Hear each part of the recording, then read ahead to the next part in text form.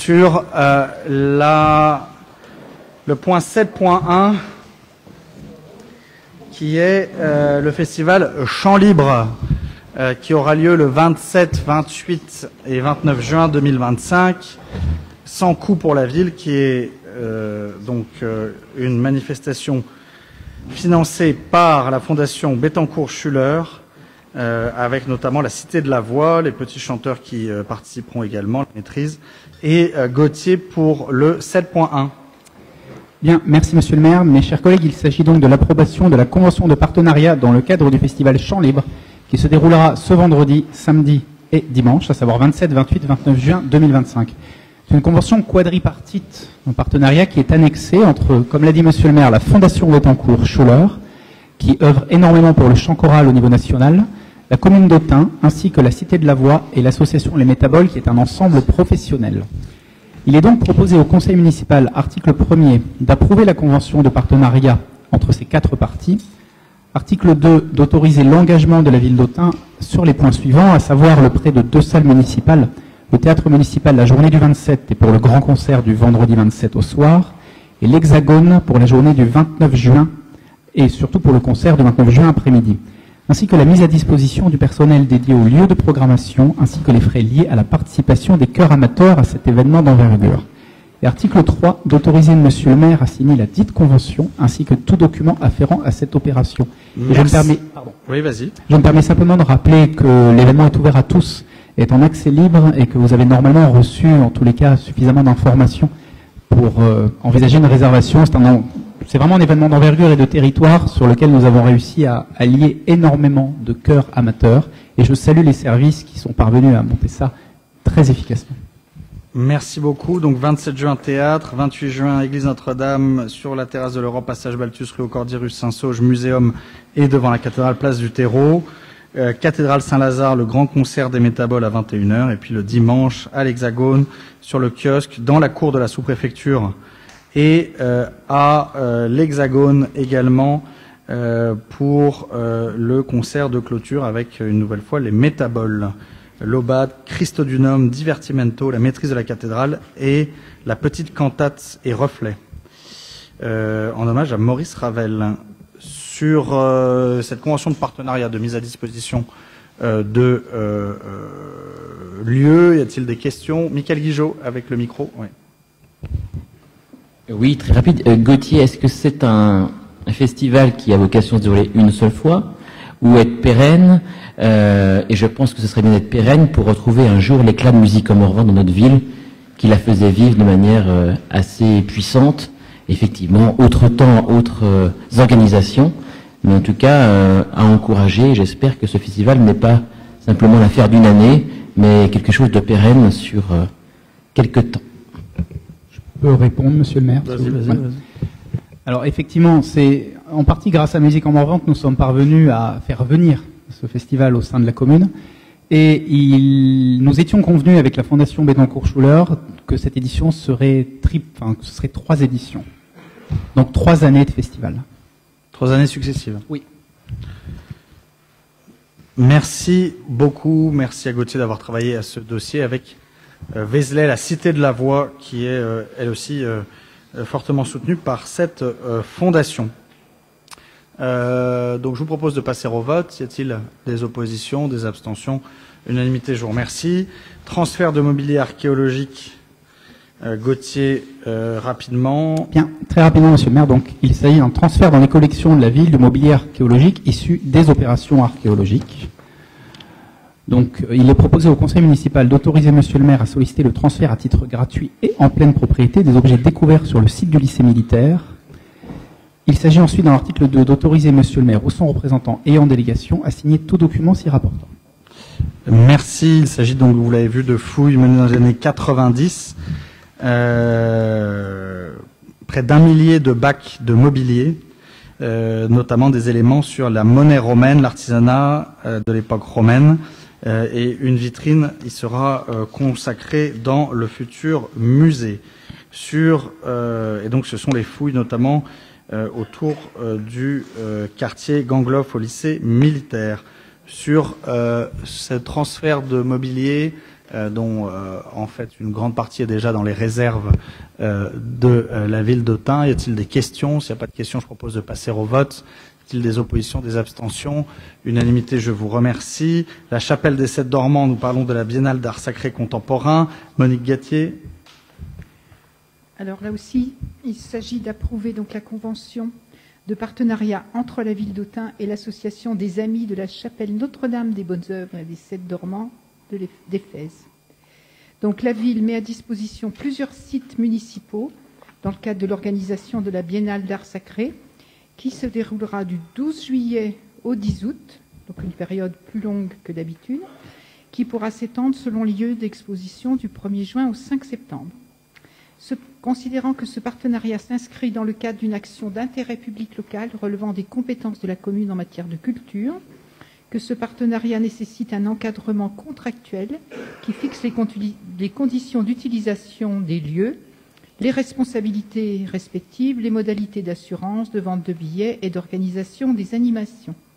Donc, il vous est demandé d'approuver les termes de la convention de partenariat entre la ville et l'association pour l'organisation de la Biennale d'art sacré 2025, d'approuver la durée de la convention en fonction du programme qui est annexé, d'approuver les termes de la convention qui prévoient la durée de la convention, les conditions d'utilisation des locaux et leur mise à disposition, les modalités de montage et de démontage des expositions, les conditions tarifaires et les modalités d'organisation de la vente des billets, la programmation artistique de la Biennale, et donc d'autoriser, Monsieur le maire, à signer ladite convention ainsi que tout document afférent à cette opération. Merci beaucoup. Vous avez aussi les lieux dans la convention, les lieux municipaux qui seront mis à disposition avec les œuvres. Cette biennale qui donc aura lieu cet été avec donc la mise à disposition des locaux. Sur la Biennale d'art sacré contemporain, la convention avec l'association qui la porte, y a-t-il des questions? S'il n'y a pas de questions, je propose de passer au vote. Y a-t-il des oppositions, des abstentions? Unanimité, je vous remercie. Je vous propose, Gilbert, de nous parler, sinon je le fais, puisqu'il siège au conseil d'administration du lycée Bonaparte, mais je vais sinon le rapporter, de la subvention exceptionnelle pour la classe sciences et patrimoine. Alors, grave, de toute façon. En fait, c'est une délibération qui est demandée par la classe sciences et patrimoine qui doit faire, comme tous les ans, elle fait des actions sur le territoire.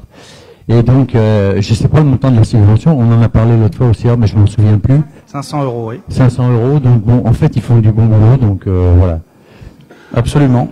Et donc, il s'agit cette année d'un projet autour de Cluny, en lien avec les sites clunisiens, la Fédération européenne, et donc la valorisation de ce projet et qui entraîne un surcoût de transport que nous subventionnons. Je suis pas sûr qu'il n'y a que Cluny, il n'y a pas un autre site aussi? Ici, les musées hors les murs et ouais, d'autres projets. Merci Gilbert, une salutation à la science patrimoine, à la classe sciences et patrimoine qui effectivement est un vrai atout pour le lycée Bonaparte. Sur cette subvention de 500 € à la classe sciences et patrimoine, y a-t-il des questions? S'il n'y a pas de questions, je propose de passer au vote. Y a-t-il des oppositions, des abstentions? Unanimité, je vous remercie. Il fait très lourd d'un coup dans la salle du conseil municipal. Ah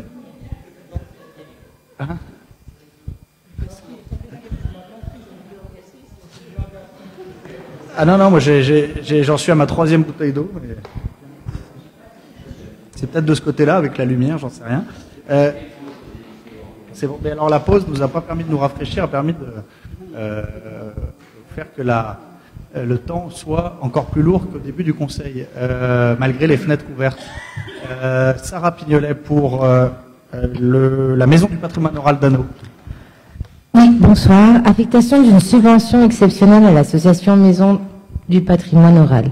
Considérant que la Maison du patrimoine de Bourgogne a notamment pour but d'assurer la collecte, l'inventaire, la sauvegarde, l'information et la consultation des fonds du patrimoine culturel immatériel, en référence à la Convention de l'UNESCO, considérant qu'elle coordonne un groupe de recherche participative sur les archives de la prison d'Autun pendant la Seconde Guerre mondiale, composée notamment d'habitants, considérant que cette recherche est née d'une interrogation sur les personnes déportées depuis la prison d'Autun, qui font partie de l'histoire locale mais dont les récits sont absents de la grande histoire, reconstituée depuis des mémoires écrites et orales de survivants de la Seconde Guerre, une liste de 209 noms a été établie et les dossiers d'archives retrouvés en partie.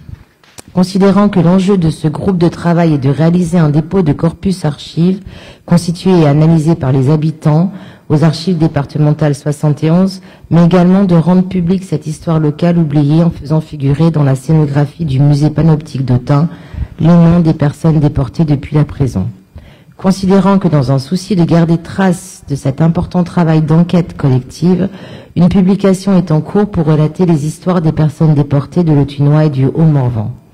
Considérant que pour mener à bien ce projet, l'association sollicite une subvention exceptionnelle de 2500 €, considérant qu'il a été inscrit un montant de subvention à affecter au BP 2025, il est proposé au Conseil municipal, article 1, d'approuver l'attribution d'une subvention exceptionnelle de 2500 € à l'association Maison du patrimoine oral, article 2, d'autoriser l'utilisation des crédits non affectés votés lors du budget primitif 2025. Merci beaucoup. Je vous propose sur ce projet important autour de la mémoire de la déportation, s'il n'y a pas de questions particulières, de passer au vote. Est-il des oppositions, des abstentions? Unanimité, je vous remercie. Alors, Michael Guigeot quitte la salle puisque nous avons à conclure une convention avec l'association Equivi. Ce sont les personnes qui permettent de mettre des chevaux à disposition du spectacle historique d'Augusto Dunum. Céline Goudier-Posva. Alors, nous avons donc la chance d'avoir les chevaux de l'association Equivi qui participent au spectacle d'Augusto Dunum. Donc, cette délibération a pour but de signer une convention de mise à disposition à titre gratuit entre la ville d'Autun et l'association Equivi, portant sur une parcelle vers le plan d'eau pour pouvoir héberger temporairement les chevaux sur une durée d'1 mois. Et d'autoriser Monsieur le maire à signer la dite convention ainsi que tout document relatif à cette opération. Merci. Effectivement, une délibération est nécessaire pour la mise à disposition gracieuse de parcelles communales, d'où cette délibération. Sur cette question, y a-t-il des oppositions, des abstentions? Unanimité, je vous remercie. Michael Guigeot peut rejoindre le conseil municipal et Sarah Pignolet de Fresnes nous parler du partage de frais entre l'association diocésaine et la ville d'Autun. Effectivement, donc oui, considérant que des sous-compteurs ont été installés dans la cathédrale Saint-Lazare d'Autun afin de distinguer la consommation électrique liée à l'exercice du culte et celle liée aux activités culturelles, une précédente convention encadrant la répartition de ces frais est arrivée à échéance le 31 décembre 2023. Il convient donc de régulariser la situation pour l'année 2024 et le début de l'année 2025. Donc, il est proposé au conseil municipal, article 1, d'approuver la convention de partage des frais entre la ville d'Autun et l'association diocésaine d'Autun qui prévoit le versement par l'association d'un forfait de 1 455,16 € pour l'année 2024, d'un forfait de 606,30 € pour la période de janvier à mai 2025 et qu'à compter du 1er juin, une répartition réelle basée sur les relevés des sous-compteurs tous les 2 mois par un agent de la commune. La durée de la convention est fixée à 5 ans à compter de sa signature. Article 2, d'autoriser Monsieur le maire à signer la dite convention ainsi que tout document afférent à cette opération. Merci beaucoup. Sur cette délibération, y a-t-il des questions? C'est travaillé dans le cadre du comité de pilotage sur la cathédrale. Notamment pour la partie événementielle, vous l'avez compris, de la programmation de la cathédrale. S'il n'y a pas d'observation, je propose de passer au vote. Y a-t-il des oppositions, des abstentions? Unanimité, je vous remercie. Et nous passons au sport. Éric Marchand, le 8.1, on parle de la salle de l'Arquebuse. Oui, merci Monsieur le maire. Donc, considérant la volonté de la ville de devenir propriétaire de la salle de l'Arquebuse, dans le cadre d'une politique globale d'amélioration des installations sportives à Autun, Considérant que la salle de l'Arquebuse, construite en 1947, est une salle d'importance historique pour la ville, considérant que la parcelle AE 528, AE 374 et AE 375 appartenant à M. Michael Renaud sont contigus à la parcelle AE 402 et qu'un droit de passage sera défini pour leur déserte, considérant la volonté de M. Michael Renaud que la salle de l'Arquebuse reste à vocation sportive et qu'elle ne soit pas revendue par la commune d'Autun pour qu'une tierce personne en fasse un usage différent, que l'accès de la rue de l'Arquebuse sera réservé prioritairement au passage des pompiers et secours, considérant que la salle de l'Arquebuse nécessite des travaux importants, que la ville s'engage à réaliser dans les meilleurs délais et autant se faire en 36 mois suivant l'acquisition. Donc il est proposé au conseil municipal d'approuver la résiliation du bail amphithéotique entre l'ORL financière Saint-Médard et la commune d'Autun sur la location de la salle de l'Arquebuse. Article 2, d'approuver l'acquisition par la commune d'Autun de la parcelle AE 402 par un montant de 350 000 € aux trois conditions suivantes. Résiliation du bail amphithéotique entre la commune d'Autun et l'ORL financière Saint-Médard. La résiliation du bail amphithéotique et l'acquisition de biens intervenant de manière simultanée. De la création d'une servitude de passage au profit des parcelles AE 528, AE 374 et AE 375, et de la création d'un droit de préemption de rachat préférentiel au profit des propriétaires des parcelles AE 374 et AE 375, valable jusqu'au 30 juin 2055. En cas de volonté par la ville d'Autun de vendre ce bien à une tierce personne avant le 30 juin 2055, elle devra envoyer une déclaration d'intervention d'un année aux propriétaires des parcelles AE 374 et AE 375 qui auront un mois pour se substituer et l'acquéreur aux mêmes conditions d'achat que celui-ci. Donc l'article 3 d'autoriser M. le maire et son représentant et leur délégation à signer tout document si important. Voilà. Oui, tu voulais ajouter un mot. Effectivement, il s'agit de l'achat de la salle de l'Arquebuse. Dans un premier temps, nous avons pu reprendre le bail amphithéotique qui se terminait aux alentours de 2032-2033. Et dans un deuxième temps, cette reprise s'étant faite dans de bonnes conditions, nous avons eu une proposition de vente complète du bâtiment. Comme vous le saviez, nous étions en réflexion avec les équipes du service des sports et les élus sur la construction d'un équipement neuf par rapport à cette fin de bail qui ne nous permettait pas d'envisager de pouvoir conserver dans le temps la salle de l'Arquebuse. Et l'achat de cette salle nous permet de ne pas avoir à nous projeter sur la construction d'un équipement neuf et de travailler avec les clubs et l'OMS qui maintenant a son siège au premier étage de la salle de l'Arquebuse sur la gestion municipale de cette salle de sport mythique et importante pour le territoire en centre-ville. Michael Guigeot. Eh bien, je suis bien content que vous m'ayez écouté sur cette proposition que j'avais faite il y a quelques conseils municipaux en arrière. Effectivement, ça nous évite de reconstruire une salle, et je pense que cette salle, elle a une histoire forte dans Autun, et je pense qu'il faut qu'elle vive au niveau sportif, c'est évident. Par contre, cette salle, elle est vétuste. Quel va être votre programme de travaux sur le moyen terme par rapport à l'équipement? Et deux petites questions connexes. Sur les terrains foire du meuble d'antan, sur le parking d'à côté et sur les petits stands qu'il y avait, je crois que c'est des terrains de basket maintenant d'extérieur, à qui ça appartient concrètement? Est-ce que c'est la même parcelle? Est-ce qu'on va les racheter? Voilà.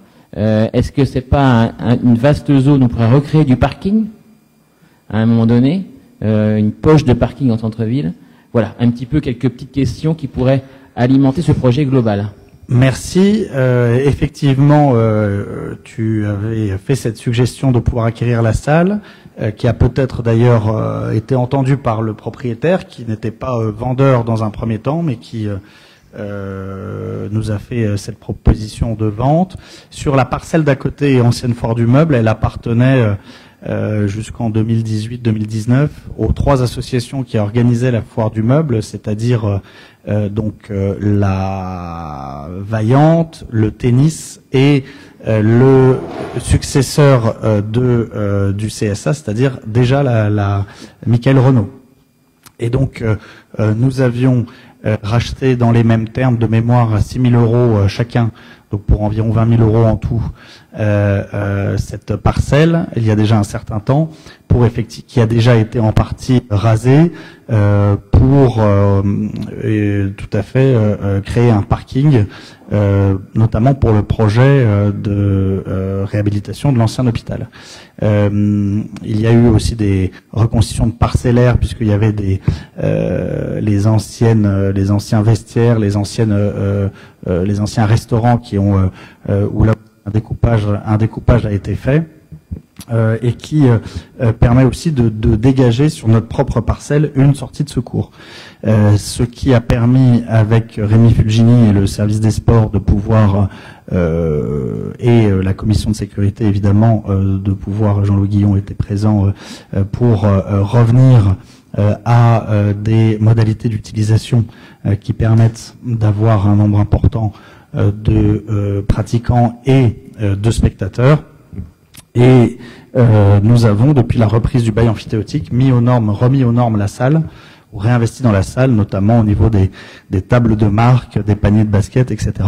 Et au premier étage, sur l'aménagement d'un siège pour l'Office municipal des sports, qui désormais se réunit à cet endroit-là, avec la fibre et tout ce qui est nécessaire pour travailler. Ensuite, la salle est saine pour le moment, mais il faudra évidemment l'inclure dans le programme d'investissement pluriannuel avec des investissements réguliers. Sur l'intérieur de la salle en termes d'équipement, nous allons, dès la délibération, travailler avec les associations utilisatrices pour voir quel est leur souhait d'aménagement. Il y a une demande de salle de murs d'escalade, il y a différentes demandes qui devront être conciliées, et donc ce projet sera travaillé avec les clubs. Ce qui, de toute façon, et comme tu l'as dit, revient moins cher, bien moins cher qu'une salle neuve qui est autour au moins de 5 ou 6 millions, ce qui nous permet effectivement d'investir, de réinvestir sur une salle existante à moindre coût par rapport à une construction neuve. Voilà le projet, ce qui permettra aussi de manière sereine, au club de se concentrer sur le sport, au club au pluriel. Et donc cela nous permet de supprimer la subvention annuelle qui était de 1 500 et puis ensuite 2 000 € de subvention aux clubs qui géraient leurs propres équipements, ainsi que le bail amphithéotique où nous payions un loyer certes modeste, mais qui était là aussi payé chaque année en tant que titulaire du bail amphithéotique par rapport aux propriétaires de la salle. L'enjeu est également de pouvoir l'ouvrir à la pratique large et de l'ouvrir sur les différentes sorties, que ce soit effectivement sur l'ancienne foire du meuble, sur le côté ancien hôpital, pour permettre là aussi une insertion complète dans le centre-ville de cette dent creuse qui constitue la friche hospitalière de l'hôpital Saint-Gabriel et que nous essayons de résorber avec des nouvelles traversées piétonnes qu'on connaît entre la Croix-Verte et le Champ de Mars. Voilà pour le projet. Eric, est-ce que tu voulais rajouter? Frédéric Brochot. Oui, je pense que en fait, oui, c'est très bien de racheter, je dirais, pas seulement la salle, mais c'est surtout le lieu. Le lieu a son histoire, et puis aujourd'hui, c'est compliqué de faire quand même autre chose dans ce lieu-là. Après, sur ce qui est réellement de la salle, Bon, le budget est ce qu'il est, c'est voilà dans les tarifs, mais je pense que le coût travaux va certainement monter énormément. Refaire de l'ancien pour du neuf, ça va être très compliqué, je pense. Je pense que à un moment donné, avec les devis, vous vous rendrez compte de ce qu'il faudra faire, de prendre les bonnes directions, mais peut-être faudra envisager peut-être de raser ce bâtiment. Je pense que ça coûtera moins cher de le réhabiliter, et le réhabiliter avec une fonctionnalité qui sera certainement moindre. On le sait, voilà, la salle elle est comme elle est, mais je pense qu'il va être très compliqué d'arriver à faire entre guillemets un complexe qui soit un petit peu multisport. Ça sera compliqué d'arriver à faire ça dans la salle actuelle. Et puis de la réhabilitation, on le sait, c'est un coût énorme. Et je le dis souvent, il faut avoir à l'esprit un budget qui soit à notre territoire, qui ne soit pas démesuré. Au bout du compte, de toute façon, ça sera les citoyens qui paieront. Je suis pas contre du tout ce rachat, c'est très bien. Et en même temps, je me pose une question aussi. Nous avions budgétisé, je me souviens, de raser différents bâtiments, que ce soit la salle à Saint-Pan, que ce soit également la ferme de Coire. Il y a des bâtiments qui sont désaffectés, et puis il y a des bâtiments qui l'entretien reste un peu en désuétude, je dirais.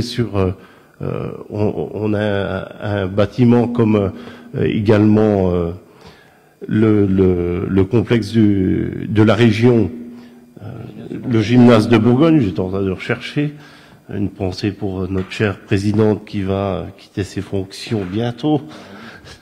Mais voilà, c'est un bâtiment qu'il faut entretenir aussi, des bâtiments qu'il faut apporter un certain entretien régulier pour permettre quand même que ces bâtiments restent assez fonctionnels.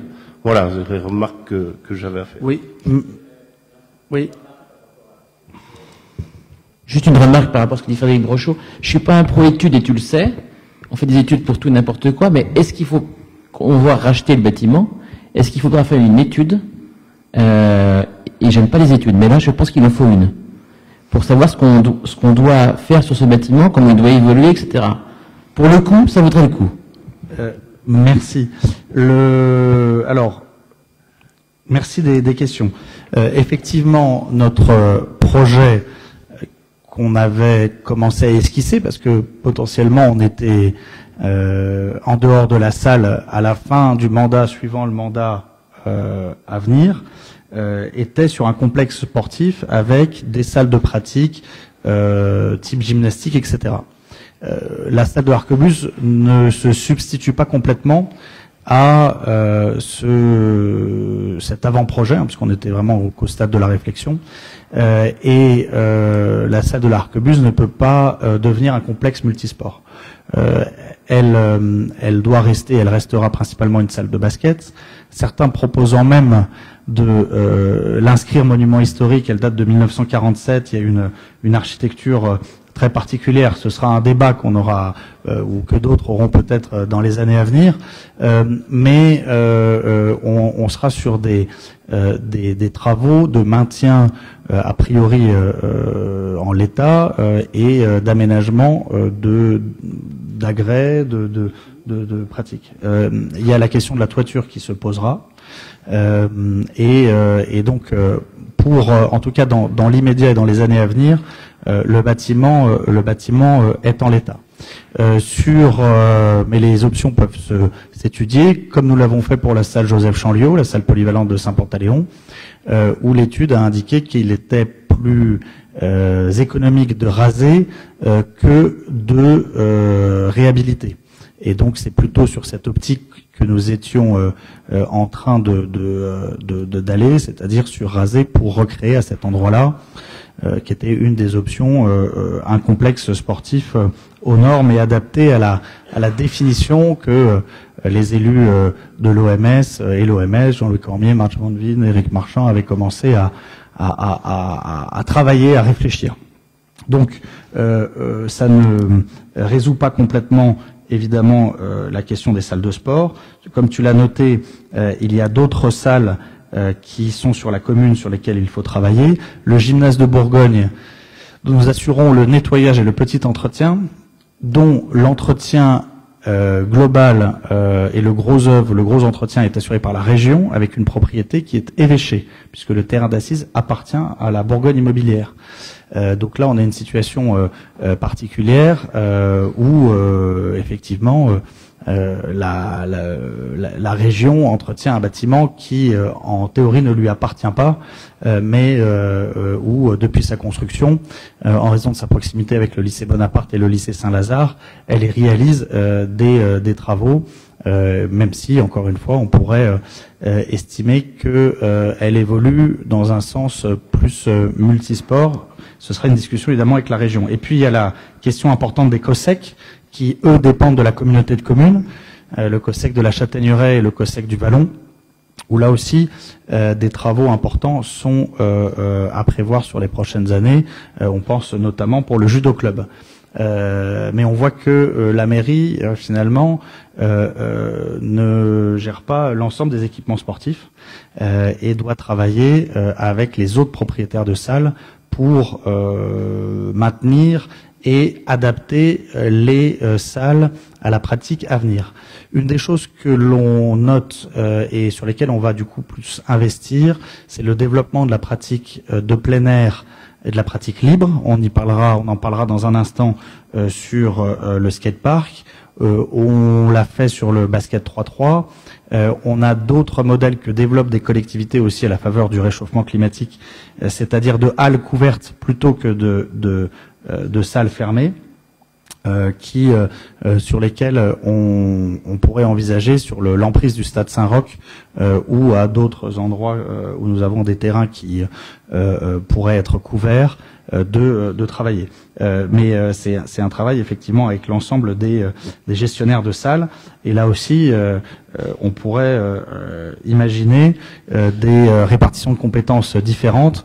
Avec Rémi Strasberg, nous étions des fervents défenseurs d'un OASGAM, c'est-à-dire un office intercommunal des sports du Grand Autunois-Morvan, qui permettrait de faire supporter ces charges de centralité que certaines communes ont, mais que beaucoup de communes n'ont pas, pour l'ensemble de pratiquants d'un bassin. Et ce serait effectivement pas inintéressant.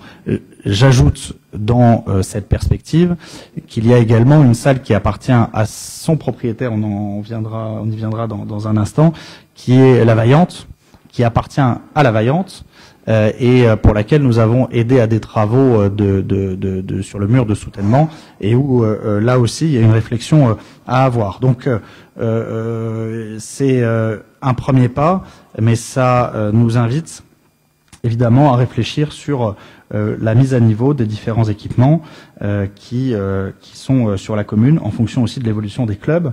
On fait une salle de basket en espérant que le club de basket puisse de nouveau se redévelopper.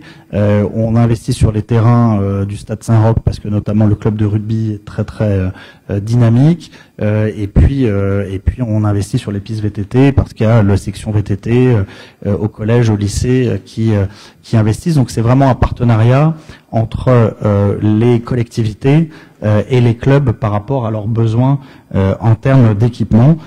Et vraiment, on a depuis cette année une convention avec l'Office municipal des sports qui gère les salles et qu'on veut aussi pouvoir associer au maximum avec les autres propriétaires sur non seulement la gestion des salles et des créneaux, mais aussi l'évolution de ces salles.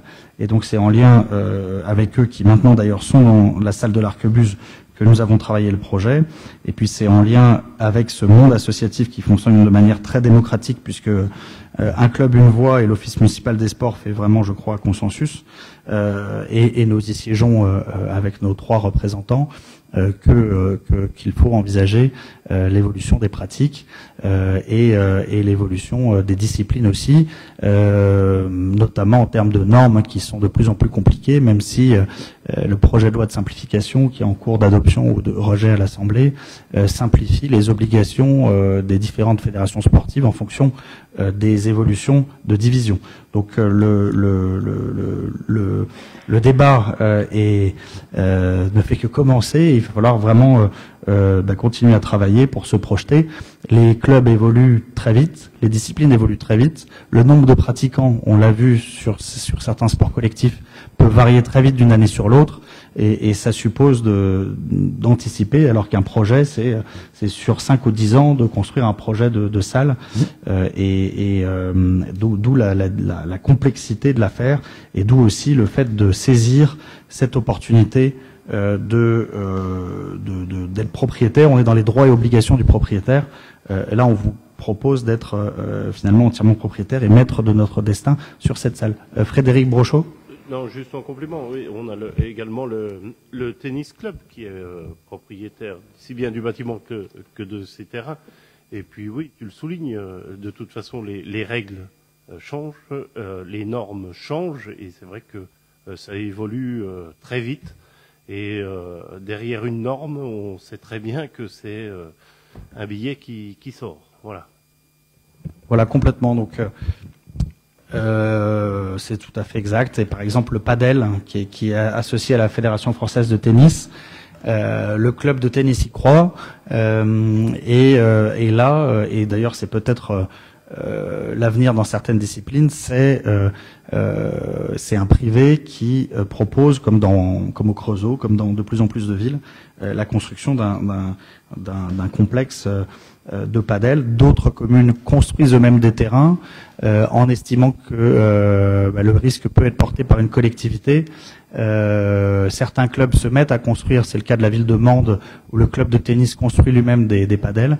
La gestion des salles et des équipements évolue effectivement, et les pratiques évoluent avec. Donc on soutient en tout cas à chaque fois qu'il y a des projets importants, on soutient de manière récurrente, on va en parler dans les délibérations à venir. Et puis quand il y a, que ce soit le tennis ou la Vaillante, et aussi le stand de tir qui est à Saint-Forgeau, voilà, chaque année, même s'ils sont à Saint-Forgeau, c'est historique, on soutient. Personne nous a fait de remarques jusqu'à présent, mais c'est une association historique d'Autun. Et donc là aussi, on soutient en investissement, mais en encourageant les clubs à capitaliser et à porter leurs projets. On vient au soutien, mais on ne fait pas à la place d'eux dans ces clubs qui sont aussi très attachés à leur propre équipement, le tennis, la Vaillante et le stand de tir de Saint-Forgeau. Merci. Je vous propose de passer au vote. Y a-t-il des oppositions ?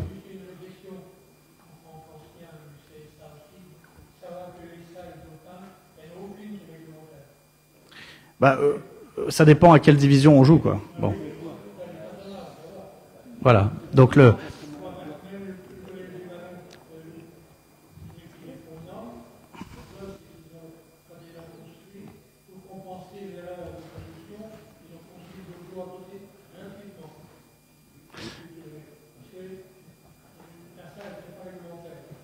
il y a un certain, oui, non, mais il y a un certain nombre, comme l'accord avec la région et l'évêché pour construire sur un terrain de l'évêché une salle qui bénéficie à la fois au lycée Bonaparte et gratuitement au lycée privé, ce qui est dérogatoire aussi, quoi. Voilà. C'est là où ce qui est très important, effectivement, c'est en fonction des pratiques, quel est le niveau auquel nous anticipons de jouer. Si demain on a une équipe de football en Ligue 2, on sera pas, pour l'instant on est en D4, hein, mais si on voilà, de la même manière pour le rugby, de la même manière pour le hand, l'enjeu, et puis je vous propose de passer au vote après, de la politique sportive de la ville d'Autun, on l'a rappelé régulièrement avec Eric Marchand, c'est le sport pour tous, donc amener le maximum de personnes à la pratique sportive pour des raisons de santé publique. Le sport au féminin, développer, et ça on fait des gros travaux voilà dans les vestiaires, etc. Le handisport, où on est presque modulo l'escrime, et je sais que voilà on y travaille, mais le handisport pour que ce soit vraiment tous les équipements puissent être adaptés à la pratique du handisport et investir sur des équipements y compris à la base de loisirs pour permettre aux personnes à mobilité réduite de pratiquer ou avec d'autres handicaps.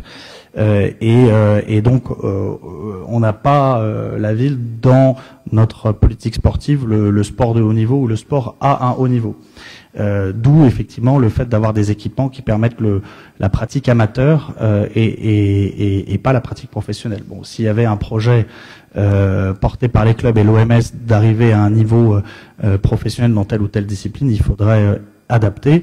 Je nuance, et puis je termine sur ce sujet, que sur le VTT, avec notre démarche avec la région et le département de base arrière des Jeux Olympiques, nous avons mis et créé des équipements qui sont à un niveau de préparation olympique sur le VTT olympique et paralympique pour les descentes fauteuil, VTT fauteuil. Et donc sur ces pistes de VTT, on est en capacité d'accueillir des championnats de France. On l'a montré avec l'UNSS, et on aura peut-être des championnats encore plus élevés, peut-être des championnats du monde du NSS. C'était en réflexion. Oui, c'est une proposition qui nous a été faite parce que nos équipements le permettent. Mais c'est un peu les seuls équipements qui permettent ce haut niveau. C'est aujourd'hui sur le VTT en accompagnement le développement. Oui, c'est récent. Gilbert, et après juste sur l'ensemble des normes, on n'a pas la main. C'est les fédérations internationales qui décident. C'est ça. Après, sur le niveau des clubs, ça se gère au niveau de la commune. On met un plafond, et au-dessus du plafond, ils y vont s'ils veulent, mais ils prennent en charge le volet financier. Voilà. Dans toutes les villes, ça se fait comme ça. On détermine un niveau. C'est le travail qu'on a avec l'OMS, effectivement. Et on accompagne effectivement les clubs qui se développent et qui montent de divisions, notamment en sport collectif. C'est ce qu'on leur souhaite à chacun. Donc sur le point 8.1, pour revenir sur l'Arquebuse, je vous propose de passer au vote. Y a-t-il des oppositions, des abstentions? Unanimité pour cette salle du CSA. Ça fera plaisir, je pense, à l'ensemble des amoureux. Salle du CSA, salle de l'Arquebuse désormais. Éric Marchand vient de me corriger utilement. Salle de l'Arquebuse, dont nous dénommerons, comme on l'a promis d'ailleurs, une salle, la salle du Haut, pour faire honneur à une personnalité qui a marqué la politique sportive des années précédentes, disparue il y a quelques mois maintenant. Le point 8.2, on passe du basket au VTT, justement à la course d'orientation. Éric Marchand.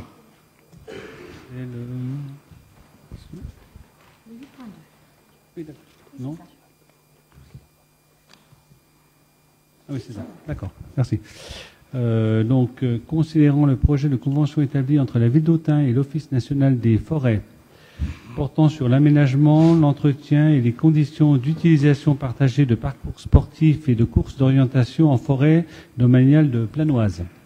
Considérant l'intérêt pour la ville d'Autun de favoriser l'accueil du public dans les massifs forestiers dans une logique de préservation des milieux naturels et de valorisation des activités en plein air, considérant la volonté partagée entre la ville d'Autun et l'ONF d'aménager et d'entretenir un parcours sportif et un parcours de course d'orientation en forêt domaniale de Planoise et d'en assurer l'accessibilité, la sécurité et le respect du site. Il est proposé donc au conseil municipal d'approuver les termes de la convention jointe à la présente délibération entre la ville d'Autun et l'Office municipal des forêts relative à l'aménagement, l'entretien et l'utilisation de parcours sportifs et de courses d'orientation en forêt domaniale, d'approuver la convention à titre gratuit pour une durée de 6 ans à compter du 1er juillet 2025 et renouvelable annuellement dans les mêmes conditions pour une durée totale de 12 ans, d'autoriser la signature et la convention ainsi que tout document nécessaire à sa mise en œuvre. Merci beaucoup pour ce travail avec l'ONF. Y a-t-il des questions? Je propose de passer au vote. Y a-t-il des oppositions, des abstentions? Gilbert?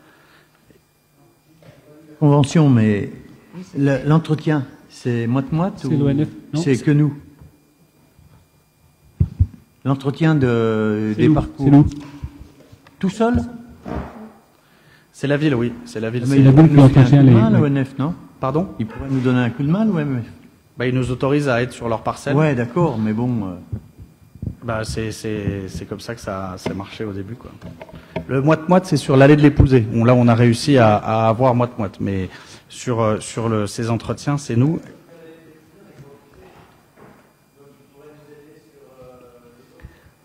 On va essayer de travailler avec l'ONF, qui est pas forcément simple comme administration, comme certains le savent autour de la table. Voilà. J'ai passé au vote. Je suis passé au vote. Je propose de passer au vote. Y a-t-il des oppositions, des abstentions? Unanimité. De nouveau avec l'ONF, cette fois sur l'escalade, le site de Briscou. C'est encore à moi? Oui. Monsieur le maire. Bon, je peux le dire sinon, hein, c'est la même chose. Titre gratuit, et nous prenons en charge des travaux et les frais de dossier que nous facture l'ONF à hauteur de 180 €. Voilà, l'ONF. En sachant qu'il y a plusieurs voies, il y a la voie 3 et la voie 6. Donc la voie 3 qui s'appelle Monolithe. La voie... la voie 3, oui, la voie des écoliers. Enfin, il y a plusieurs voies qui sont faites sur le... Voilà. Ouais. On n'a pas réussi à négocier, comme avec les banques, la suppression des frais de dossier, et donc ils nous font payer même des frais de dossier pour ça, mais ça nous permet de mettre à disposition ces pistes d'escalade. Sur les pistes d'escalade, les voies d'escalade, y a-t-il des questions? Je propose de passer au vote. Y a-t-il des oppositions, des abstentions? Illimité, je vous remercie. Le règlement de location du matériel, Jean-Louis Cormier. Oui, effectivement, l'adoption du règlement des services des sports concernant la location du matériel. Considérant que la commune dispose de vélos et de remorques, pouvant être mis à la disposition du public dans le cadre d'un service de location, considérant qu'il convient de fixer les modalités d'utilisation de location de ce service, il est proposé au Conseil municipal, article 1er, d'adopter le règlement d'utilisation fixant les modalités de réservation, d'usage, de restitution, de responsabilité de l'utilisateur, ainsi que les conditions de sécurité annexées à la présente délibération. Article 2, de valider le contrat type de location annexé à la présente délibération. Article 3, d'autoriser Monsieur le maire ou son représentant à signer tout document se rapportant à ce dossier. Merci beaucoup. Donc voilà le règlement qui est travaillé par le service des sports. Comment pour les remorques? Y a-t-il des questions? Pas de questions, je propose de passer au vote. Y a-t-il des oppositions, des abstentions? Unanimité, je vous remercie. La subvention Visa, Eric. Considérant la ville d'Autun a confié donc à l'Office municipal des sports l'arbitrage de l'enveloppe financière proposée aux associations sportives valorisant l'image de la ville. Le dispositif Visa valorisation et image du sport autunois mis en place par l'Office municipal des sports permettant une répartition équitable d'aide financière aux clubs sportifs proposant des événements sur le territoire, considérant que le versement de cette subvention est conditionné par la réalisation donc des différentes actions, considérant qu'une enveloppe budgétaire a été votée au budget 2025 et donc demander au conseil municipal d'approuver l'affectation d'une subvention de 30 000 € au club sportif des crédits non affectés votés lors du budget primitif 2025 dans le cadre de la valorisation de l'image du sport autunois, d'approuver la répartition de cette somme conformément à la proposition de l'Office municipal des sports ci-dessus détaillé en annexe et d'autoriser le versement individualisé à chacune des associations listées uniquement si les actions retenues sont réalisables. Donc, est-ce que je les... Merci. Non, voilà, 30 000 € qui sont répartis en fonction des actions. Et on salue des clubs particulièrement actifs et qui proposent de nombreuses activités et qui ont, à ce titre, de nombreux points qui leur amènent des subventions grâce à un calcul qui, désormais, vous est entièrement présenté en annexe. C'était une recommandation de la Chambre des comptes, où vous avez maintenant, au quart de point près, tout le travail de l'OMS qui fait des propositions qu'il vous appartient d'adopter ou non.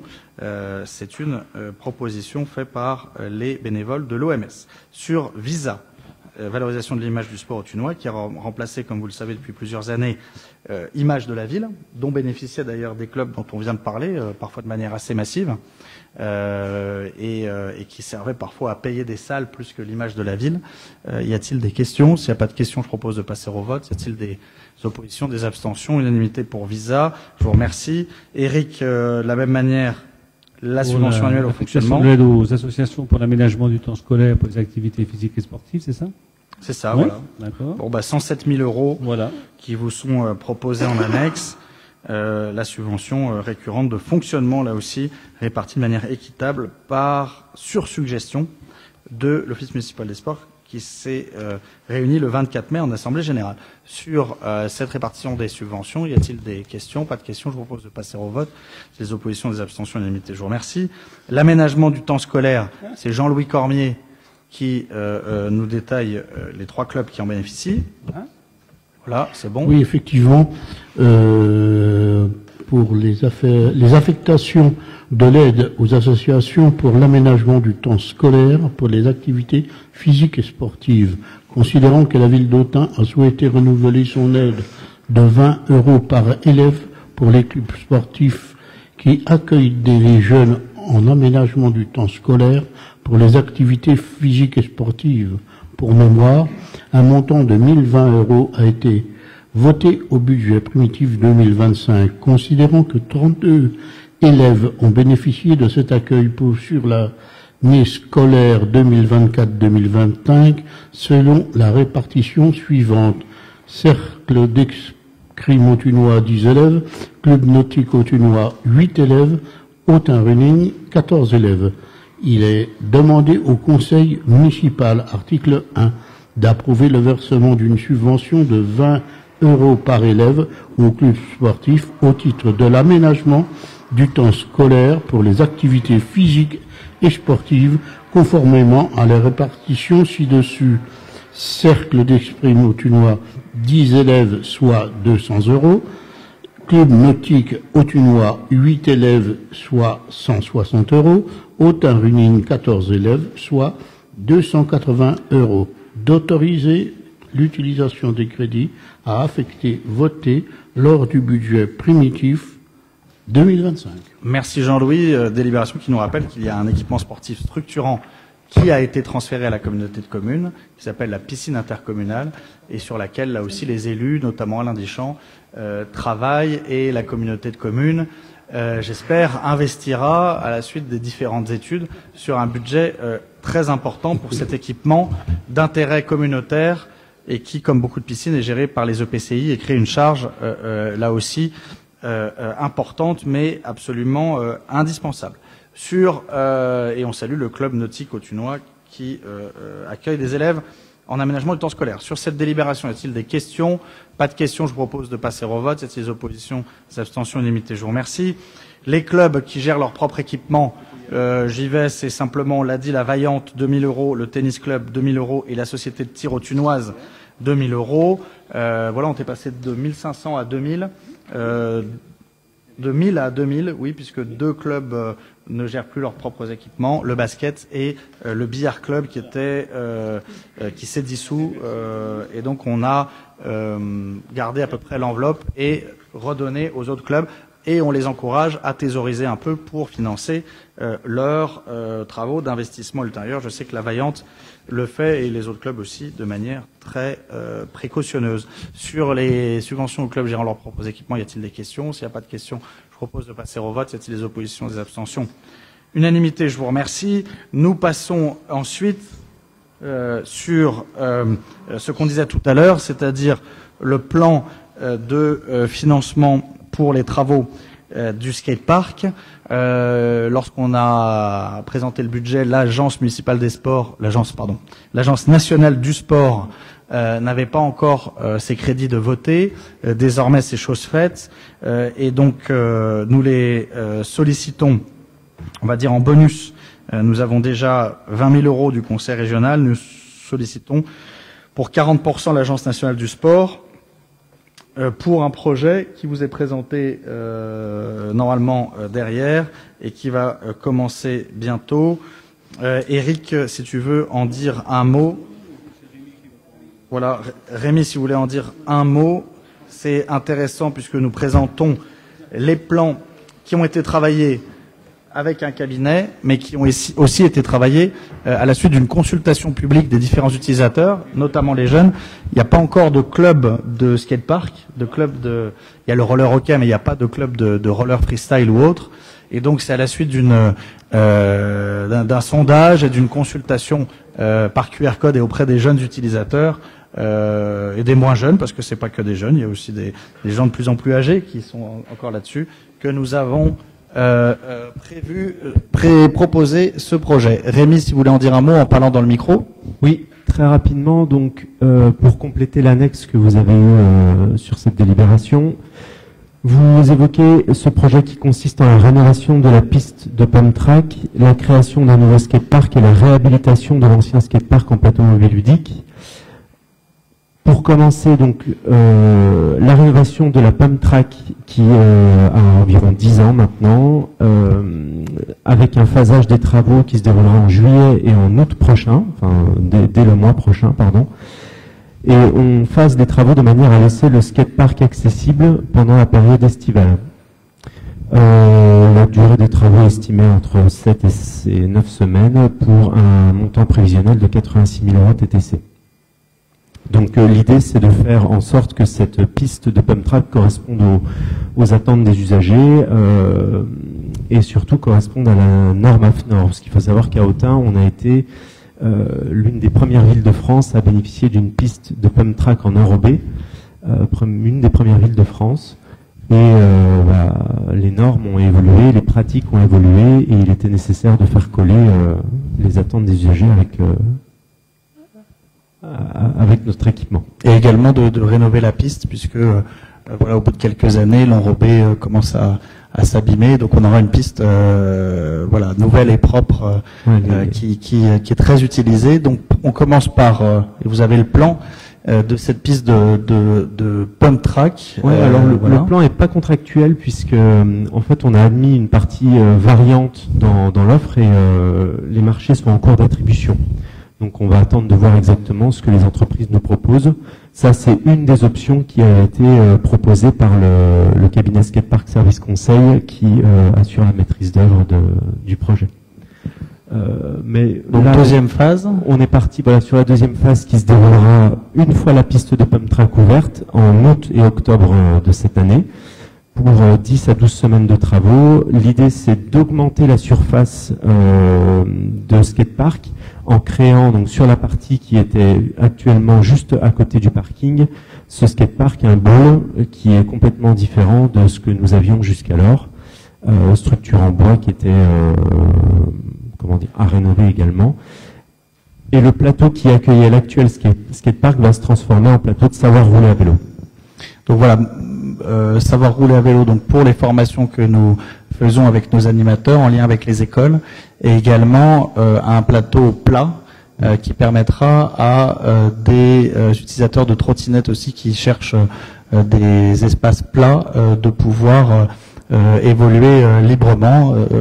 Voilà, merci. Donc en apprenant les règles de circulation, donc on allie l'utile au loisir, au fun.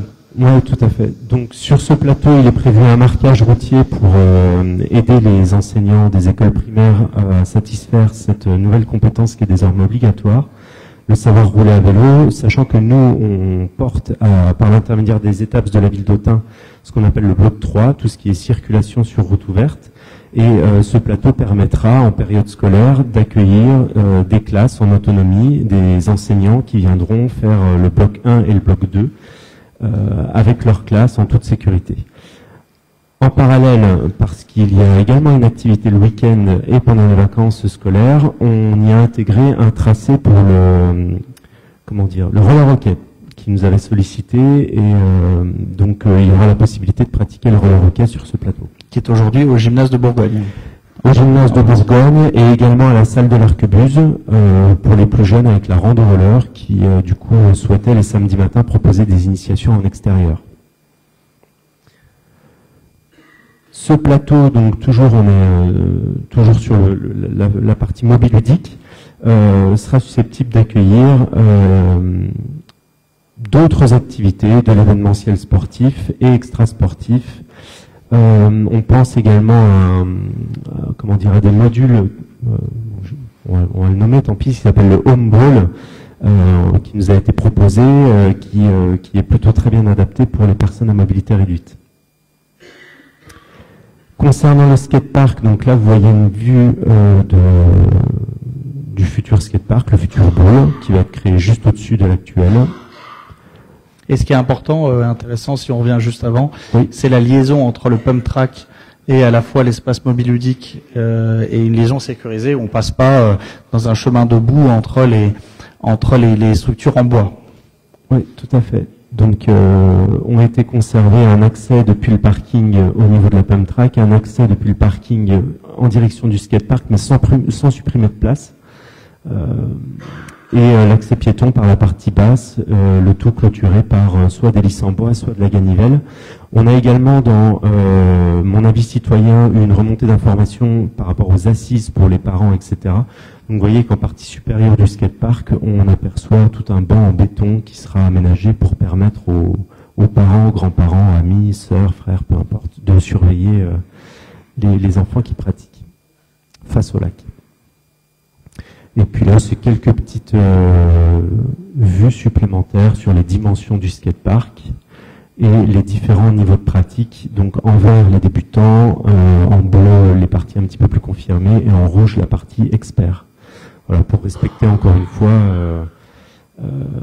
tout ce qu'on avait pu voir au niveau des réunions avec les habitants et pratiquants et ce qu'il était ressorti de l'enquête publique.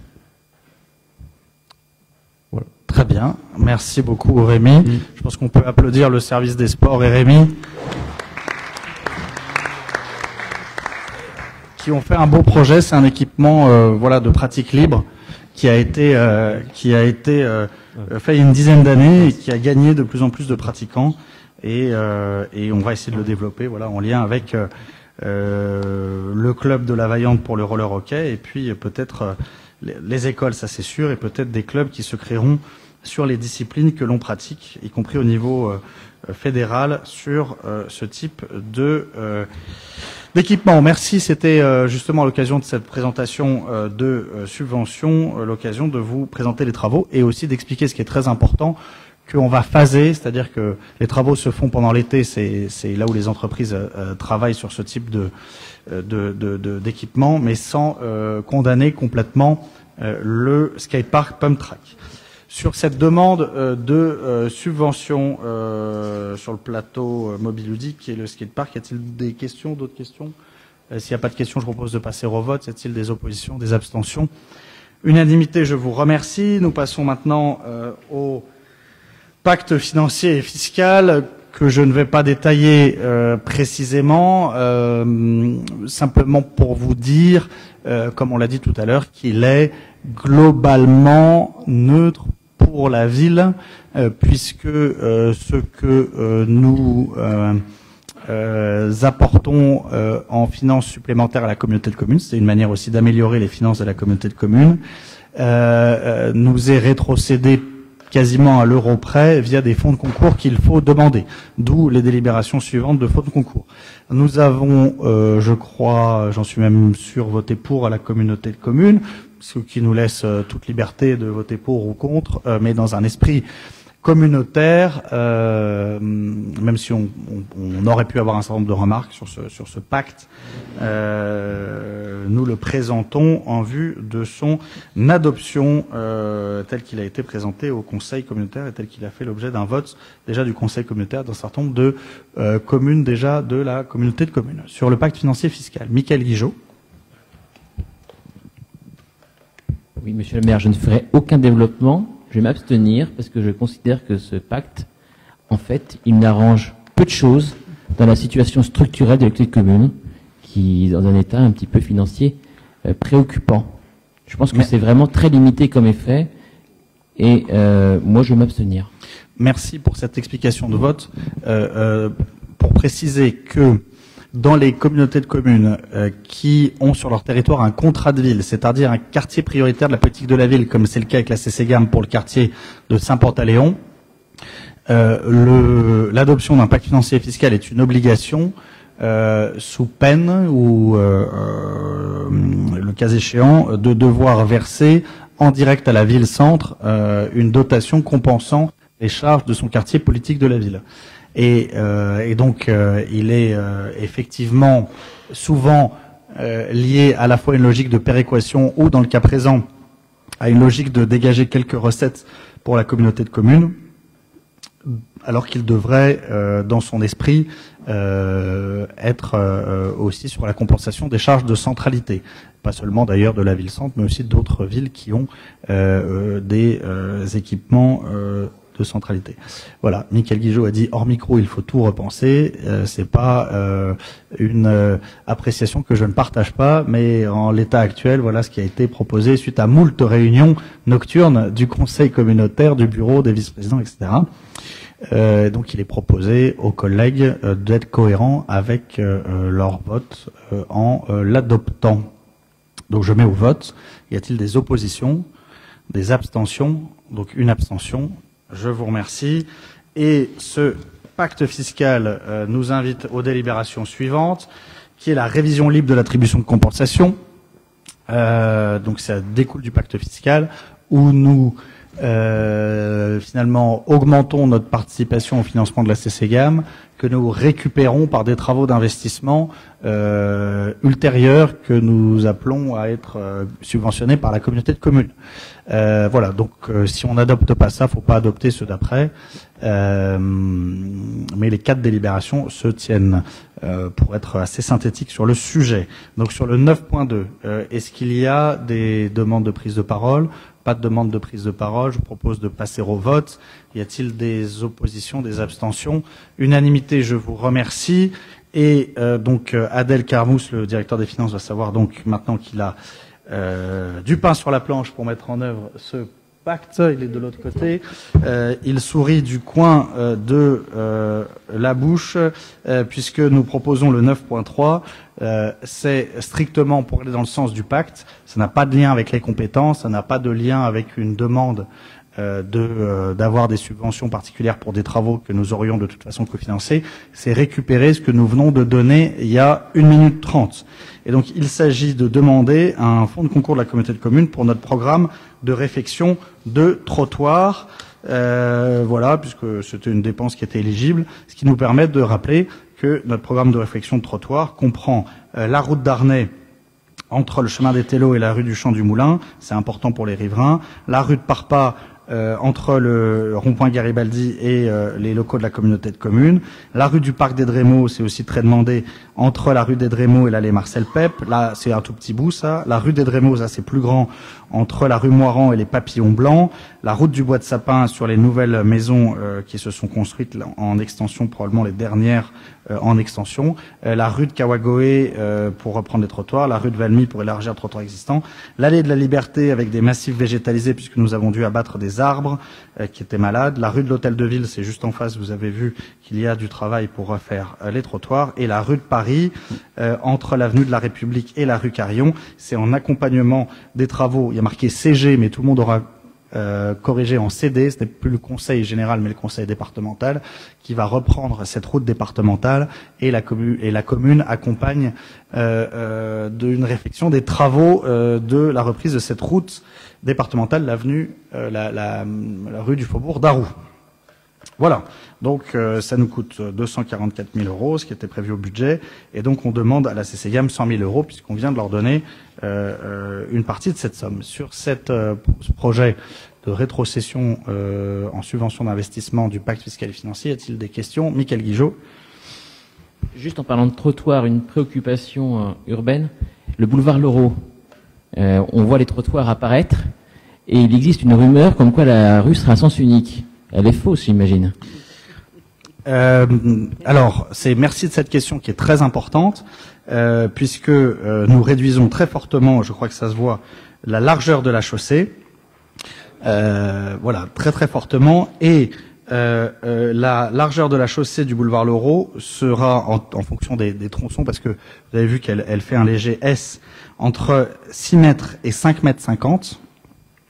ce qui permet à deux véhicules de se croiser, sachant que la norme de desserte sur des pavillonnaires pour un croisement véhicule léger bus, c'est de 4,80 mètres. Donc on est au minimum 70 cm au-dessus de la norme. Mais c'est sûr que c'est impressionnant parce que c'est beaucoup plus serré. L'idée, évidemment, c'est d'abaisser la vitesse, de donner plus de place aux piétons et aux vélos et aux mobilités douces, mais la rue, le boulevard Loraux sera bien à double sens. Petit point important aussi, mais les riverains le savent, pendant la pause du béton désactivé, la rue Saint-Nicolas, pendant 15 jours, va être en double sens, donc on mettra des panneaux, etc. Il y a pas un très grand trafic, mais la rue Saint-Nicolas sera en double sens le temps de la pause et du séchage des enrobés. Françoise ? Mais elle sera fermée au niveau de la place Saint-Yves, c'est-à-dire qu'il n'y aura que les riverains qui pourront l'emprunter à double sens et pourront faire demi-tour juste vers le boulevard Loraux. Voilà. Donc voilà, on a mis le plan en grand, mais c'est vrai que c'est un jeu. On a été sollicité plusieurs fois et c'est important de préciser pour les habitants. Donc le boulevard Loraux à double sens, la rue Saint-Nicolas reste à sens unique, mais passe en double sens pendant environ 2 semaines, le temps de séchage des bétons désactivés. Voilà, merci pour la question importante, effectivement. Je sais pas si j'ai passé au vote, si j'ai procédé au vote. Non. Alors je vous propose de demander 100 000 € pour les trottoirs à la communauté de communes qu'on vient de leur donner en investissement. Y a-t-il des questions, d'autres questions? Non. Des demandes donc d'abstention, d'opposition, unanimité. Je vous remercie. Et donc, comme on a donné un peu plus que 100 000, le solde qu'on demande à la communauté de communes, c'est 22 268, et on le demande sur un autre projet d'investissement qui est déjà en cours, qui est le remplacement des menuiseries extérieures de l'école maternelle des Hauts-Quartiers. C'est très demandé. C'est pas lié du tout au fait que je fréquente actuellement cette école, mais au fait qu'il y a des besoins importants de reprise des menuiseries extérieures et ça coûte très cher. Et donc ça coûte 127 000 €. Et on demande à la communauté de communes de nous redonner les 22 268 € restants qu'on lui a donnés via le pacte fiscal et financier de solidarité. Ce qui a pour intérêt, ce pacte, on ne va pas le critiquer tout au long, mais de soutenir les communes qui investissent et qui peuvent en partie récupérer ce qu'elles ont donné, celles qui n'investissent pas, qui n'ont pas de besoin d'investissement. Donc d'une certaine manière, on compense certaines charges de centralité. Sur oui, on vote. Donc sur les menuiseries des Hauts-Quartiers pour demander 22 000 € à la communauté de communes, est-ce que tout le monde est d'accord? Y a-t-il des oppositions, des abstentions, des unanimités? Je vous remercie. On est presque à la fin. Un groupement de commandes avec la gamme et le CIAS sur les produits d'hygiène et d'entretien. Monique, c'est assez classique. Vas-y, je te... Je vous lise ou... Non. Parce qu'on le passe quand même voilà. régulièrement. Voilà, chaque année on le passe. Donc je vous demande juste d'approuver la convention qui institue un groupement de commandes entre la ville, la communauté de communes et le CIAS et désigner la communauté de communes comme coordonnateur du groupement de commandes et d'autoriser donc la signature de la convention par Monsieur le maire ou son représentant ayant reçu délégation. C'est la même convention qu'on passe chaque fois, c'est exactement la même. Merci beaucoup. Je vous propose de voter sur ce groupement de commandes. Y a-t-il des oppositions, des abstentions? Unanimité, je vous remercie. Nous passons à la dernière rubrique, point divers. On en a parlé tout à l'heure. Il s'agit donc, à la suite de la décision que j'ai prise par rapport à ce qui a été évoqué tout à l'heure, et comme le veut la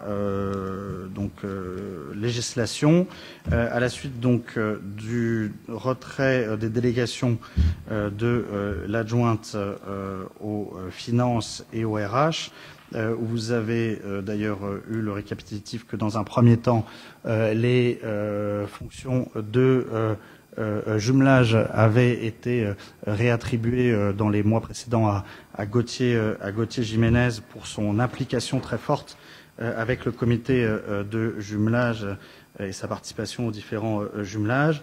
Et puis, suite aux divergences qui ont été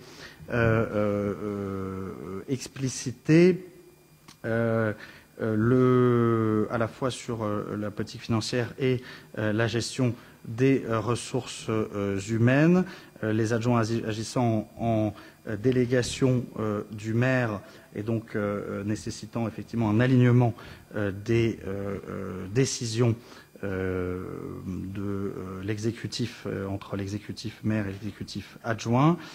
Il est proposé au conseil municipal donc deux délibérations. D'une part, de s'exprimer sur le retrait des fonctions d'adjoint et d'autre part, ensuite, d'élire une nouvelle adjointe en lieu et place sur des délégations que j'attribuerai ensuite par arrêté, mais que je vous précise. Donc une troisième adjointe qui, si vous en êtes d'accord, serait en charge des finances, avec le jumelage pour l'adjoint en charge de la culture, Gauthier Jiménez, et la RH, qui était donc dans la même délégation, à la première adjointe, Cathy Nicolaou, ceci laissant le nombre d'adjoints à 8, sachant que nous pouvons aller jusqu'à 9. Comme vous le savez, nous n'allons pas au maximum des adjoints, et comme vous le savez aussi, nous ne prenons pas le maximum des indemnités que la loi nous autorise à prendre, ce qui fait des économies à la commune. Donc, sur le retrait des fonctions d'adjoint, je vous propose de passer au vote sur la confirmation du retrait. Donc, ceux qui votent pour, c'est toujours compliqué quand c'est des questions négatives. Oui, juste je te laisse la parole dans une seconde. Avant de passer au vote, donc il y a une intervention de Michael Guigeot. Ceux qui votent pour sont donc favorables au retrait des délégations d'adjoints. Ceux qui votent contre ne sont pas favorables au retrait des fonctions d'adjoints, en sachant que effectivement les délégations ont été retirées, et donc soit l'adjoint reste adjoint sans délégation, soit l'adjoint n'est plus adjoint et peut, le cas échéant, être remplacé. Michael Guigeot. Oui, juste pour expliquer, c'est une situation qui concerne la majorité municipale, donc je ne prendrai pas part au vote. C'est noté. Y a-t-il d'autres demandes de Frédéric Brochot? Oui, pour moi, ça sera exactement pareil. Mais je tiens quand même à dire, ça fait déjà un petit moment que ça me travaille. Depuis quelques mois, je ne sais pas si c'est à l'approche quand même des futures élections de l'année prochaine, mais je trouve, j'ai jamais connu ça à Autun. Il y a un climat, pour moi, qui est délétère, nauséabonde, qui est plus un repoussoir aux personnes à s'investir.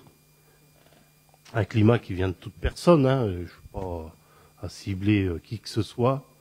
Mais aujourd'hui, c'est notre territoire qui en pâtit et nos concitoyens qui en pâtissent. Et je reste aussi, je suis sur la même position, ça c'est pas notre souci, moi j'en ai eu d'autres, et je ne prendrai pas part au vote. Merci beaucoup. Et c'est justement pour pouvoir retrouver un climat serein de fonctionnement des services municipaux que je vous propose de rappeler donc Marie-Claire Tellier, qui était adjointe sur mandat précédent. Monsieur le maire, juste également, Véronique Paco. Ce point me concerne directement, donc je ne prendrai pas part au vote, bien évidemment. C'est noté. Alors, pour les personnes prenant part au vote, je vous propose donc de savoir s'il y a des oppositions, pas d'opposition, de savoir s'il y a des abstentions. Une abstention, Jean-Louis Guillon, 2 abstentions, Marge Van Veen. Et donc, ce point est adopté, donc sans la participation de Frédéric Brochot et de son pouvoir, sans la participation de Michael Guigeot, et Véronique Paco également n'a pas pris part au vote. Merci beaucoup. Et il est maintenant proposé d'élire un nouvel adjoint. Il est très important, effectivement, notamment quand on exerce des délégations importantes comme les finances ou la RH, de pouvoir travailler de manière tout à fait concertée et loyale avec l'exécutif dans le cadre d'une équipe municipale. Et dans ce cadre, j'ai proposé à Marie-Claire Tellier de revenir dans l'exécutif municipal en tant qu'adjointe aux finances. Elle a montré toutes ses qualités dans le mandat précédent. Elle est impliquée sur notamment depuis le début du mandat un sujet très compliqué et très chronophage qui est enfin, compliqué non mais un sujet qui nécessite d'être très vigilant, qui est eh bien le choix que la commune a fait il y a 10 ans d'accueillir les petits chanteurs à la Croix de Bois et son application est tout à fait remarquée et je lui ai proposé et elle l'a accepté si elle est élue de eh bien rejoindre l'exécutif municipal pour reprendre une partie des fonctions de Véronique Paco, comme je l'ai dit, les autres fonctions étant réparties entre deux autres adjoints. Et je pense que ça permettra effectivement de retrouver un climat de travail et de bonne coordination qui permettra effectivement d'aborder sereinement les échéances à venir. Donc il y a deux votes. Premièrement, l'élection d'une troisième adjointe qui est un vote obligatoirement à bulletin secret. C'est extrêmement complexe et très normé cette procédure puisque c'est le conseil municipal qui élit les adjoints, de la même manière que le conseil municipal élit le maire. Et ensuite, un vote qui peut être fait à main levée ou sans vote à bulletin secret, qui est de ne pas changer l'ordre des adjoints et donc de remplacer poste pour poste. Soit il faut rechanger le tableau des adjoints, soit il faut retrouver poste pour poste. Alors oui, alors Michael Guigeot. Juste pour être cohérent avec le vote précédent, je ne prendrai pas part au vote, ça n'enlève pas mon estime pour Marie-Claire Tellier, que j'apprécie grandement et j'ai travaillé avec elle il y a quelques années par rapport à une fonction dans la mairie d'Autun. Donc je ne prendrai pas part au vote pour être cohérent par rapport au vote précédent, mais ça n'enlève en rien à l'estime que j'ai pour ce que tu as fait et ce que tu feras. Merci. Frédéric Brochot ne prendra pas part au vote non plus. Pour moi. Et Véronique C'était pour les deux, voilà, le sujet suivant également. Donc Véronique Paco ne prendra pas part au vote non plus, aux deux votes, puisqu'il y a deux votes. Donc il faut absolument voter à bulletin secret. Les bulletins vous ont été distribués ou vont vous être distribués. J'appelle d'abord les candidats. Donc Marie-Claire Tellier, est-ce que tu es candidate? Tu peux dire un mot également si tu le souhaites. Et puis s'il y a d'autres candidats, j'appellerai d'autres candidats. Dans le micro. Je suis candidate, puisque tu me l'as demandé et j'ai accepté, donc je ne vois pas aujourd'hui pourquoi je reculerais. Donc si je suis élue, dès demain, je serai opérationnelle auprès d'Adèle, directeur des finances et son service. Voilà. Merci beaucoup Marie-Claire de ton acceptation. Est-ce qu'il y a d'autres candidats? Il n'y a pas d'autres candidats. Nous allons donc procéder au vote à bulletin secret. Donc je vais appeler nommément les conseillers municipaux pour que l'urne soit déplacée. Vous avez l'urne, Patrick. Il faudra ensuite procéder à un dépouillement. Est-ce que, Mickaël, tu acceptes avec Métine de procéder au dépouillement? Voilà. Et donc, merci.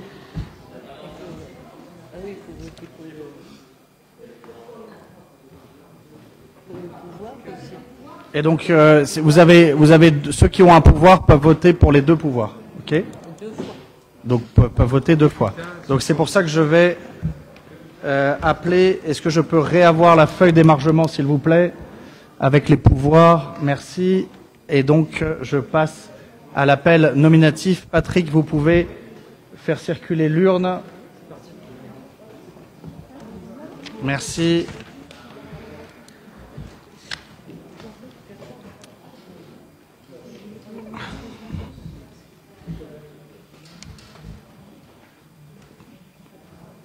Alors, merci. Et donc, vous inscrivez sur ce bulletin le nom que vous souhaitez, sachant que Marie-Claire Tellier est candidate.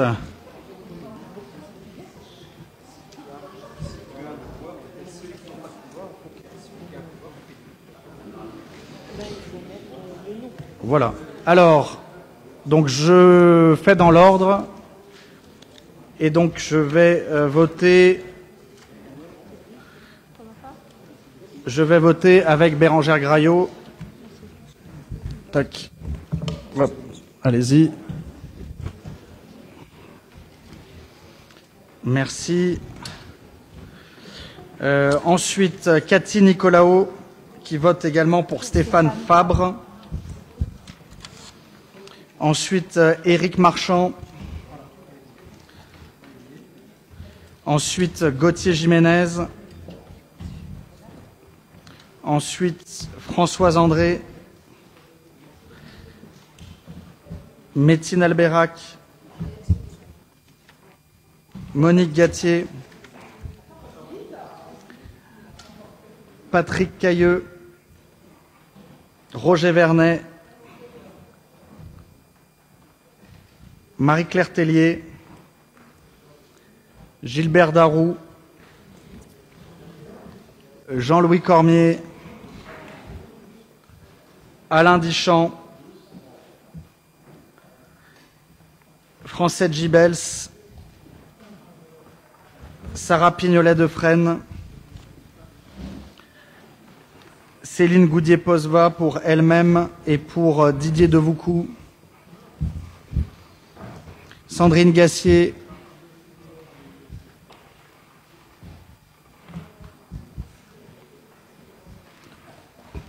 Anaïs Pelu, Marge Van Veen, Vincent Vautrin, Jean-Louis Guillon et Vincent Vautrin pour Simon Jacquemin et Jean-Louis Guillon. Est-ce que toutes les personnes qui souhaitaient prendre part au vote ont pris part au vote? Je vous propose donc que Métine Albérac et Mickaël Guigeot procède au dépouillement.